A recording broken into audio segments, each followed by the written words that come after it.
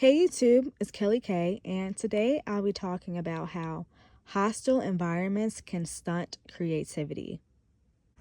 When someone grows up in a hostile environment, whether at home or at school, and I'm mainly going to be talking about childhood experiences because I really feel like the experiences that you have as a youth can shape how open you are to experimenting with new things, thus, how prone you are to be a creative person. And in this video, I'll be talking more so about from a girl's perspective, from a young girl's perspective.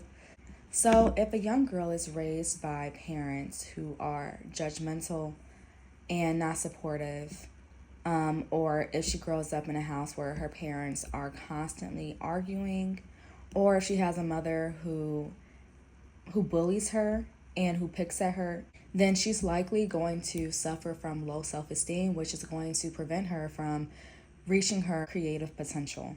Living in a hostile family environment is more impactful than people realize when it comes to how it can stunt your creativity.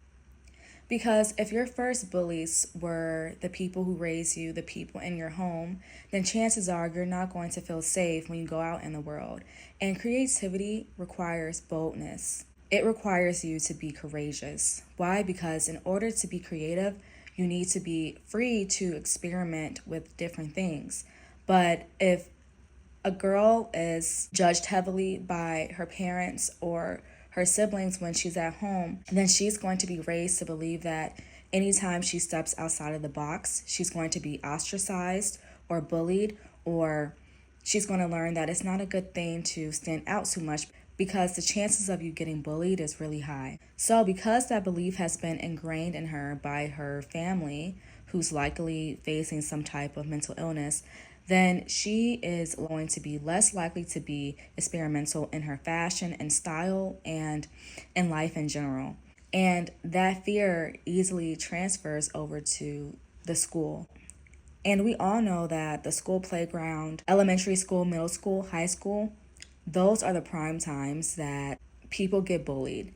It's just a part of childhood development.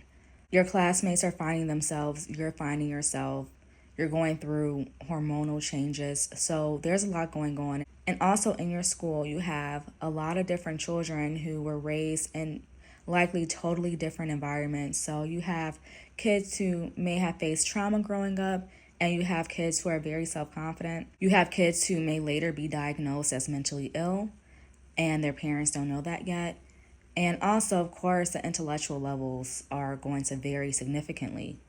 Even though I may argue that the public school system, they do a good job at stunting intellectual growth to make sure that you are learning the material that is designed for you to learn in certain grades.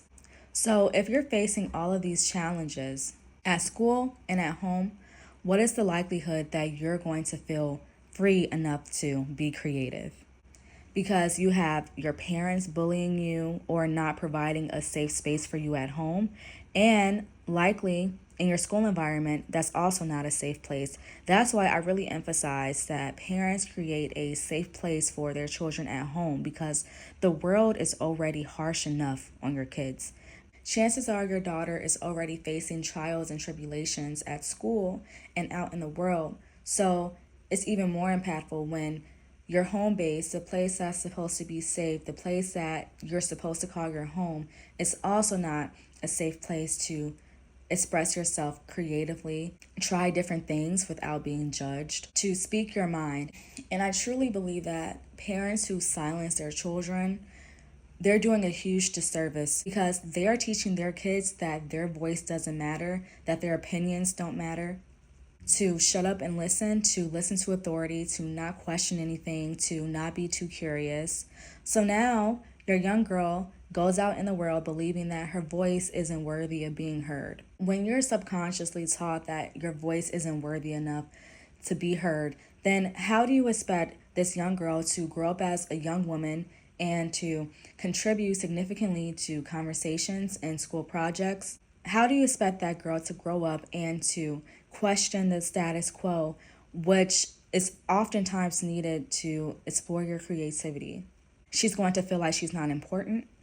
She's going to believe that what she thinks is stupid. She's going to believe that if she stands out too much, that she's going to be bullied.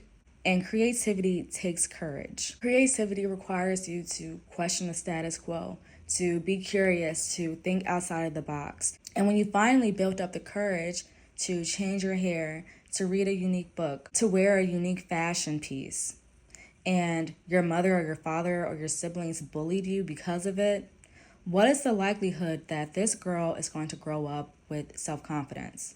And you need confidence in order to be creative.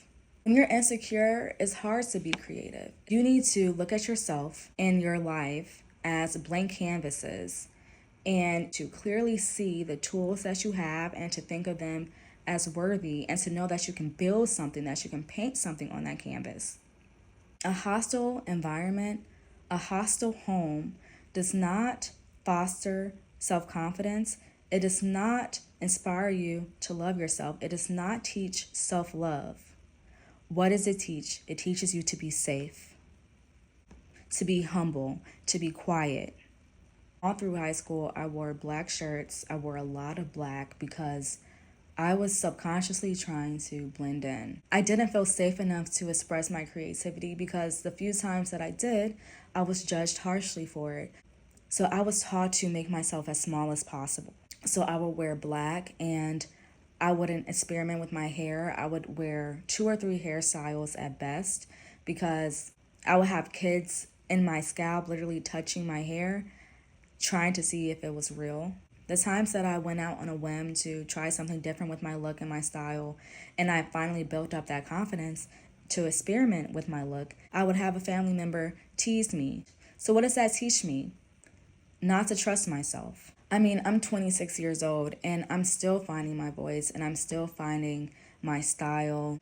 And for the first time in life, I feel free to explore my interests and to speak my mind.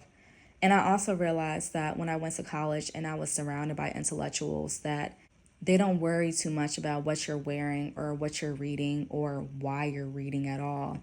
I would say in the Black community, especially in the urban Black community, they teach you to focus on other people too much. That's where I faced the biggest problems was when I lived in urban communities, more urban communities. That's when I faced the most issues as far as being judged for my gym shoes and dumb stuff like that. In the college environment, you have people from all walks of life who are there to focus on their education. And you realize in class discussions when you contribute to the conversation that your peers may add on to what you say. They may say, I really liked what she said, or like Kelly Kay pointed out, I also noticed. Or if they disagree with your points, they will say so respectfully and intellectually, and very rarely would it be a personal attack against you as a person. So I advise any girl who suffers from low self-esteem to go to college. University was the place that I was able to find myself and where I finally felt free enough to explore my interests and to be creative.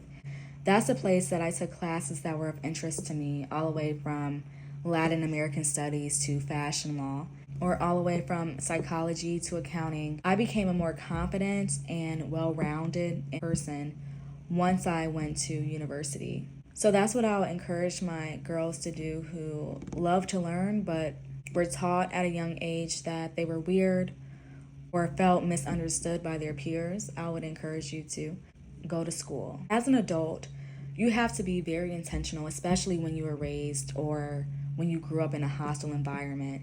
You have to be very intentional about creating a soft life for yourself. And I know that soft life is a very overused term now, but when I say a soft life, I mean you have to be intentional about creating a life for yourself that feels safe to you and comfortable for you, where you feel secure enough to explore your interests and to be as creative as you want. You have to make sure that you don't fall into the trap of replicating the hostile environment that you grew up in. It's nobody else's responsibility anymore. As an adult, you have the freedom to express yourself creatively if you didn't have that chance as a kid.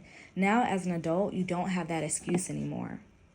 Once I figured that out, and I figured out that creativity matters to me, I made sure that I was able to do so as an adult.